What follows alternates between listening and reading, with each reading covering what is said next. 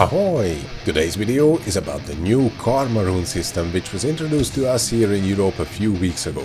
Karma Runes are basically the same as Essence Runes, as in they add some passive bonuses and you need AP and some materials to level them up. The only major difference is they are only available for level 200 characters, and the materials you need to level them up are much harder to obtain than the ones for normal runes.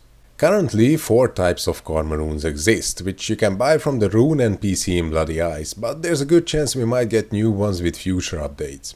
The materials you need to buy the runes, the exchange tickets, are limited to a few pieces a day. So how do you get them? Well, if you click this new icon at the bottom of your minimap, you can see today's selected dungeons. Finishing one run of each of those will give you a loot box that contains up to 10 exchange tickets. Well, let's be honest, they contain 1, sometimes 2, anything above that is for people with heavenly amounts of luck. The first dungeon on that list is usually one that basically anyone can finish even with a half-naked character. The second one is usually somewhat harder, and the third is something that often requires a party to finish for most players. They are randomly selected and refreshed every day, so I would recommend finishing a run of those 3 as often as you can, and don't hesitate to team up with guildmates or friends. Also, you can do the daily dungeons and start collecting the exchange tickets even at lower levels, so if you're under level 200 you can still start working on collecting them.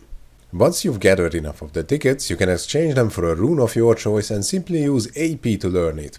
Every new level of the rune is going to need more and more of the starting rune as the upgrade materials, which means you have several months ahead of you to max out one of those if you do your daily dungeons regularly.